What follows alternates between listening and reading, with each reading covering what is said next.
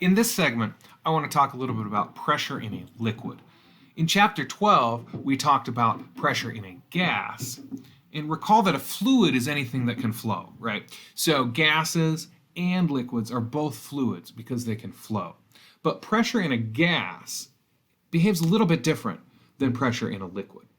So in this chapter, we're going to focus on liquids. And so recall that pressure is defined as a force per area, right? A force per area. So how much force over how much area? And I demonstrated the same thing in chapter 12, but just a refresher here. I take this knife and I can put this knife against my finger here and push quite hard, right? Pushing quite hard. It doesn't hurt at all. However, what if I push that hard on this end? I'm scared even thinking about it. It would hurt very badly. What's the difference? Same force. I'm just pushing just as hard. Well, the difference is the area, right? Same force in a fairly large area causes my finger to experience a fairly small pressure, and it doesn't really hurt.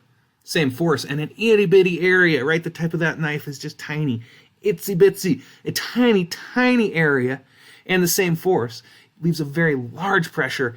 Ouch, right? Hurts my finger. So again, pressure is force divided by area.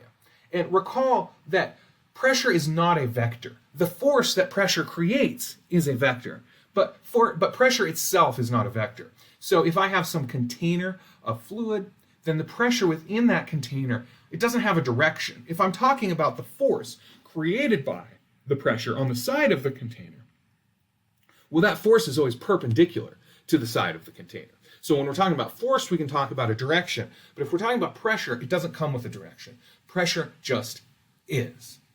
Okay, and so another thing to recognize about pressure is that pressure is defined as force per area, and pressure increases with depth in a fluid. And so this is just a picture if we were to have some container here full of water, say, and we poked a hole at the bottom, and then one kind of here in the middle, and then a higher hole. Well, the pressure down here at the bottom is greater than the pressure up here. And so we would see the water coming out faster down here at the very bottom. But wherever that hole is, it is the pressure that pushes the water out. The pressure creates a force which accelerates the water through these holes. The standard SI unit of pressure is the Pascal. And recall that a Pascal is a Newton per meter squared. Again, recall that a Newton is a fairly small amount of force, about a quarter pound, whereas a meter square is, a little bit smaller than my chalkboard. So a square meter is quite a large area. A Newton is a very small force, and so a Pascal is a very small unit of pressure.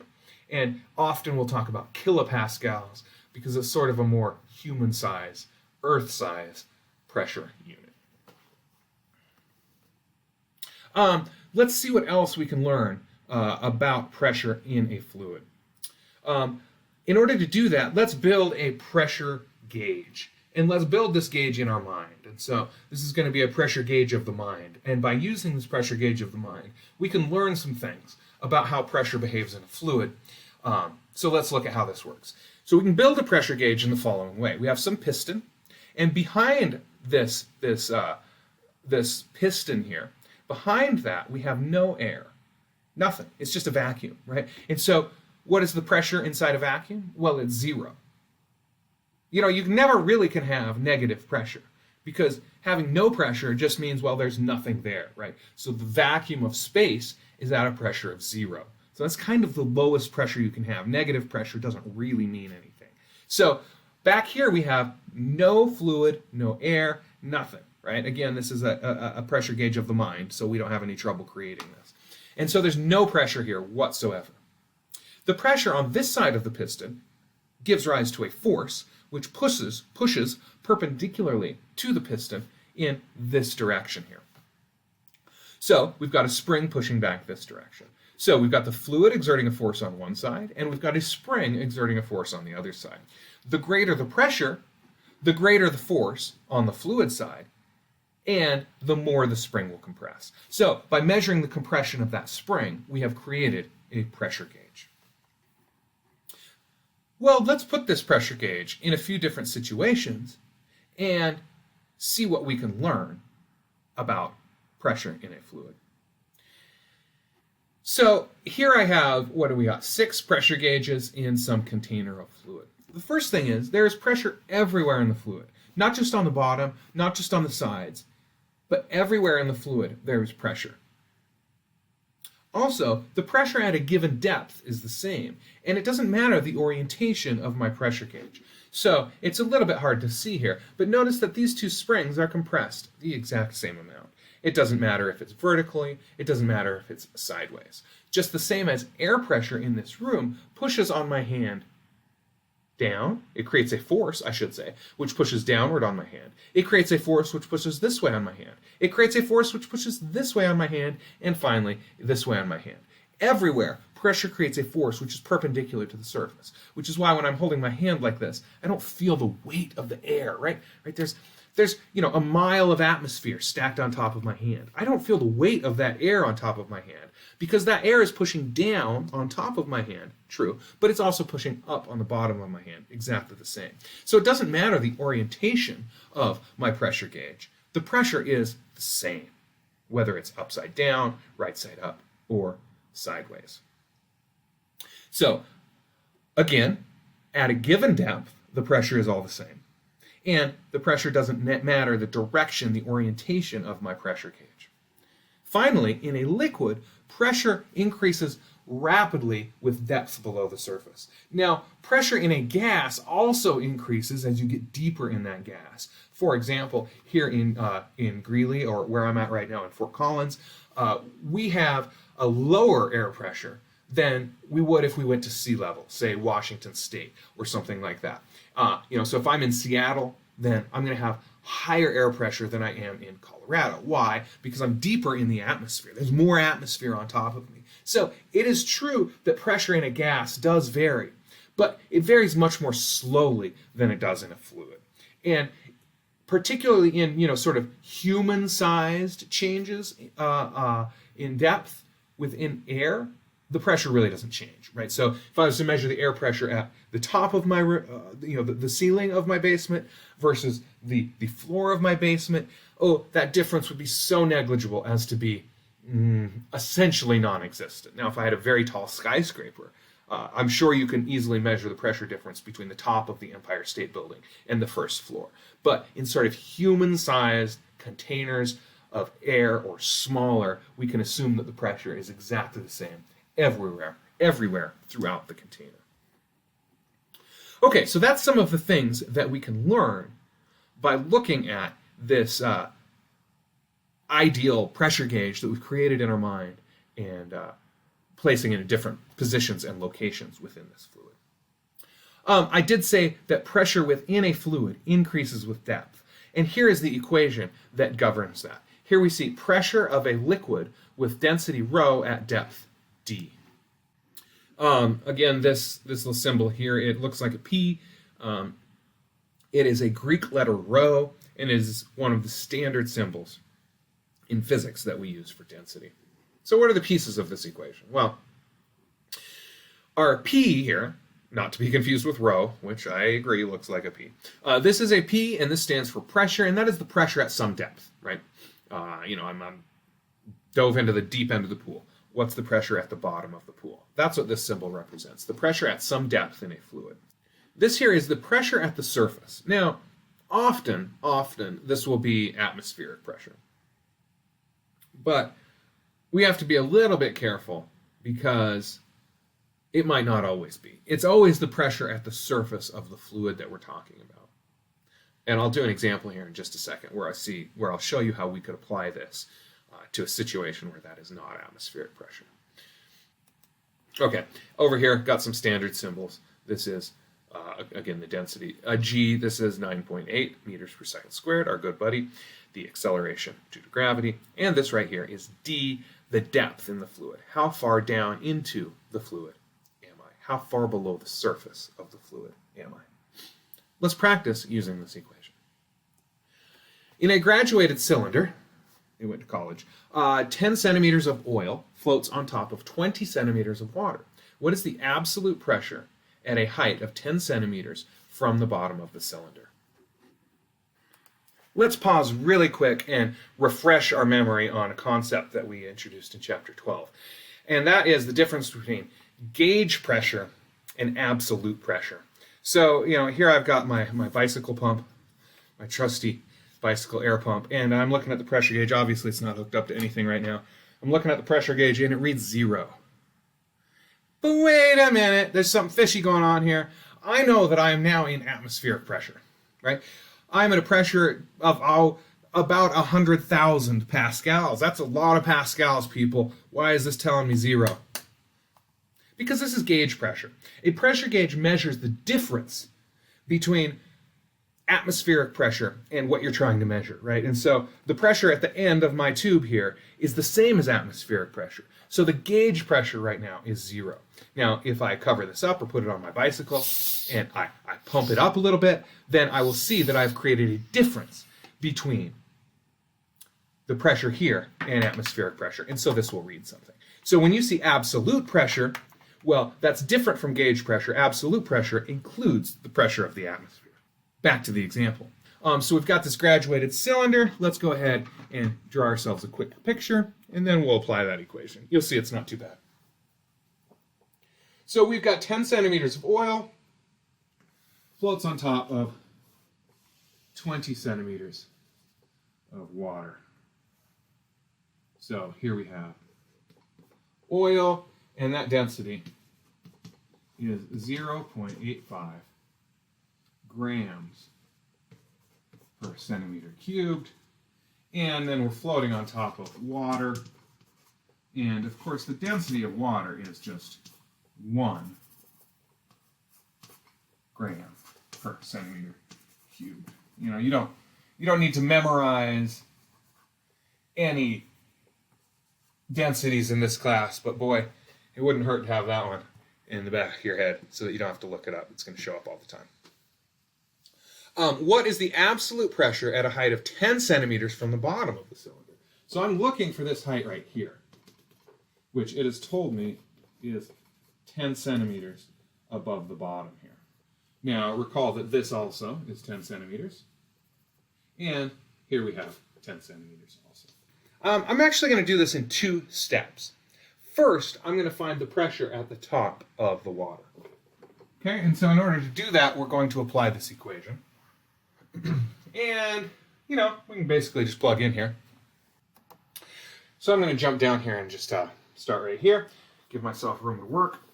So the pressure, again, at the top of the water, bottom of the oil, should be the pressure at the surface of the oil. That's 1 atmosphere of pressure.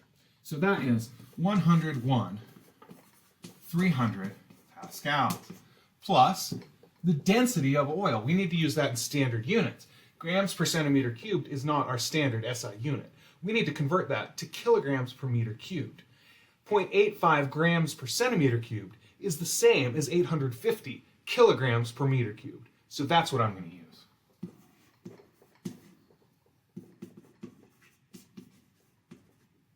Our good buddy 9.8 times the depth that we are in the water. In the oil. So how far below the surface of the oil am I? And that is 10 centimeters against standard units, 0.1 meter. Now, we run our calculator, and we get an answer, which is 102,133 pascals. Okay, lovely. But we're not done yet, right? Because the problem asks us, what's the pressure right here, right? And so we need to do it again, right? So now we're going to apply the same equation to the water. And this is why I'm doing this in 2 steps, is so I can show you here the way that in this equation, this is always the pressure at the surface of the fluid we're talking about. In this case, we're looking at the water. What's the pressure at the surface of the water? That's this number right here. And so this P naught here, you just got to be careful. It's not always atmospheric pressure. It usually is, which can trick you into thinking it always is. It's not. It is always the pressure at the surface of the fluid you're talking about. So in this case, the pressure at the surface is right here. plus, in standard units, the density of water is 1,000.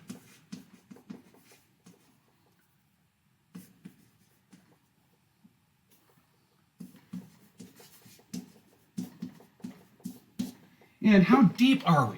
Well, do we care that there's 20 centimeters of water here? We don't. We only care how far below the surface we are. We're going to use 10 centimeters, and it's this 10 centimeters right here. How far below the surface am I? 10 centimeters is 0.1 meters. And then we run our calculator again, and we get 103,113 pascals. That's about 1.02 atmospheres. Now, in this problem, I didn't ask you to report your answer in a specific unit, so either one of these would be an acceptable answer. It's a little bit higher than atmospheric pressure, but not much, because I'm only talking about 20 centimeters. You know, in real life, 20 centimeters is something like that, right? So I'm 10 centimeters here, I'm another 10 here, and I'm only that far below the surface of the fluid, so I don't expect the pressure to be particularly high. I want to finish this segment by talking about a couple of different important principles that apply to pressure in a fluid. And the first is here. A connected fluid of a single kind in equilibrium will rise to the same height in all open regions of a container. Well, what does that mean? Let's look at this picture here. Is this possible? And we have to, I should specify that this is in an equilibrium situation, right? So is it possible that this arrangement could just be sitting on a desk somewhere? What do you think? Well, let's see what PowerPoint says. No, it's not possible. It's totally not possible. Why not? Well, notice that it will rise to the same height in all regions of a container. Well, we could just take that statement at its face and say, well, then this isn't possible, because this is all one connected container. It's all one kind of fluid, and so we can't have different depths here. But let's think about why that is, right? Recall that pressure within a fluid varies by depth, right? So at this point right here, aren't I deeper in the fluid than at this point right here? Right? So I'm deeper in the fluid here than I am here, which would indicate that the pressure here is greater than the pressure here. But we also learned that the pressure is the same at a given depth. Remember our experiments with the pressure gauges. So that told us that pressure has to be the same here as here. One of these ideas is wrong, and it's that this arrangement cannot exist. So a connected fluid will rise to the same height. In other words, these two heights would be exactly the same. And you can make a really accurate level with this. If you just get a big long tube and you fill it with water, when you hold the two ends of the tube together, you'll see that the water rises to the exact same level. Now you can separate those ends of the tube, and you know that those two, the height of each of those, the top of the water is the exact same. I've laid out foundations for a garage before using a water level. It works great. The Egyptians used this technique to level their pyramids. So it's kind of a cool idea. Here's another one. In equilibrium, the pressure is the same at all points on a horizontal line through a connected liquid of a single kind. Again, we've actually seen this before, but here's this statement just written out very plainly. So what does that mean? How does P1 compare to P2? Why don't you pause the video, think about it for a second, and I'll see you on the other side. Well, hopefully you see that P1 and P2 are on a horizontal line through a connected liquid of a single kind. Therefore, the pressure must be the same at both points. Now, some people will look at this and they'll say, yeah, but this is wider. This is bigger around. And so shouldn't there be, there's just more water on top of P1, right? So shouldn't the pressure be greater here? And the answer is no. It's only the depth that matters. It's only the depth that affects the pressure. The size of the container doesn't matter at all. In other words, if I stick my head, 1 foot below the surface of the water in my bathtub, the pressure there is exactly the same as if I stick my head 1 foot below the surface of the water in, say, Lake Erie, for example. Lake Erie's huge, my bathtub fairly small. It's only the depth that matters.